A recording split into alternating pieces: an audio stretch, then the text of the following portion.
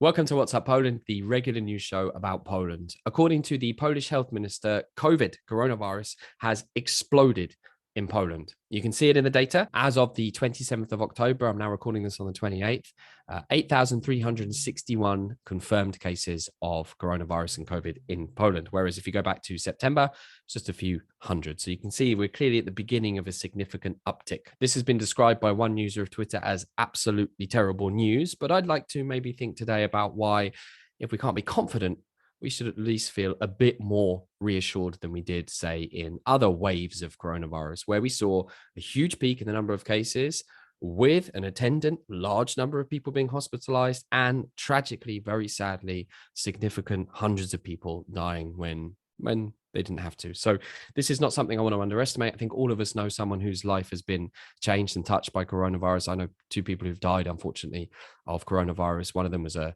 young dad. So a very, very tragic case.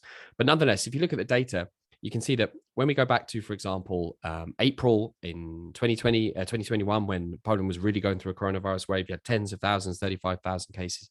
You could see that there were hundreds of deaths with people who had coronavirus associated with their deaths. So you can see that's, pretty tragic. 900, I think, was the absolute top. If you go to that data from the 27th, you can see that very sadly, of course, absolutely tragically, 133 people passed away in that period. So that's cold comfort for anyone who unfortunately has a loved one who dies of coronavirus. But we can see that there has been the link between cases, hospitalizations, and deaths has been broken. Now, it's worth admitting, of course, and recognizing the fact that Poland has a vaccination rate which is sitting in the low 50%-ish, so not as high as some other countries. I think Portugal right now is the leader in terms of vaccine take-up. But I think it can be some comfort for us that the vaccine programs in countries like, for example, the UK, where I come from, has clearly severed the link between cases, hospitalizations, and deaths. So we don't want to underestimate it. And the health minister, Adam Niedzielski, has been clear that the Polish government will have to introduce measures. No sign of additional measures being taken so far, but an increased number of patrols and fines for people not following the rules. Everyone, of course, has to be accountable for their behavior in public and in private and how they decide to choose and live their life. But the guidance is out there and we know what to do. But nonetheless, I think if I look at the UK, I see very large numbers of cases, and relatively speaking, compared to other breakouts of this illness, a much lower figure of deaths. Not to be underestimated, but something that I think can give us some reassurance that a life, as far as it can do, should go on. I, for one, know how much it's been difficult for me over the course of the last 2 years without being able to see loved ones, living abroad, having things stopped, birthdays, deaths, anniversaries, precious moments that have been stopped and halted and severed. And that's been our experience. It's been all of our experiences.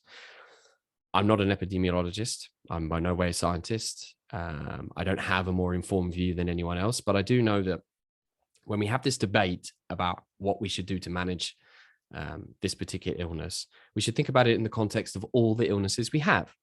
There are many other ways, sadly, of which people die every single day. I went and had a look at the mortality figures for the UK, for example, and the things that people die of, and it's worth recognizing that, very sadly, thousands of people die every single day. That's the human condition. And I try and look at this problem in the context of the long perspective of the lives we lead, which is, we have to recognize that we live with risk on a daily basis.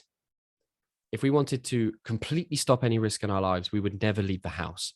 We would never shake someone's hand. We would never go to a meeting. We would never go to an arts class. We would never go to school. We would just stay hermetically sealed, having a delivery driver drop something off, and then we'd wash all of the products because, one death is too many. Well, we always had risk in our lives. We always had unfortunate, untimely deaths with people with great potential. And I don't want to say it's not a tragedy. It is, absolutely. But at some point in our lives, we have to say, look, I'm going to go outside. I'm going to go to an arts class. I'm going to go and learn a new language. I'm going to walk down the street and share a space with someone. Because otherwise, what's the point of living in the first place? Was there no risk before COVID? There was. Was it as obvious and critical to it? Maybe not. You don't see the slow steam train of diabetes or lung cancer or, dementia. You don't see that coming towards you. We don't talk about the daily numbers of people who die of cancer, for example. Maybe we should do. Maybe we've had the whole thing skewed around the wrong way.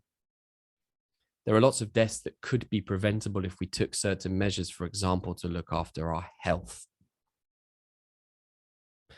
For one, I look at the sweets and sugar that's available. I can't control it. I can't. I go to shop and I'm hungry. I'll just take that.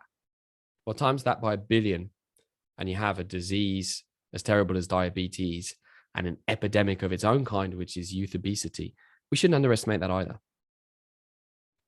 So this whole experience has taught me a lot about our perception of risk, the way we understand risk, the way we manage risk, the way that risk can appear differently at different times, and to accept the frailty of the human condition.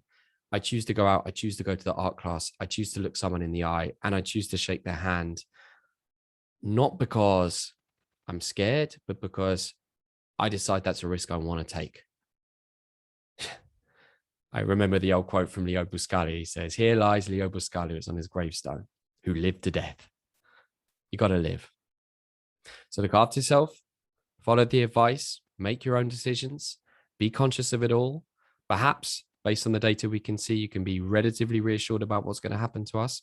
Look after your loved ones. And we never want to ever say that, anyone who's been through the tragedy that they have been has gone through something quite terrible. But we got to live. Stay safe, and I'll see you soon.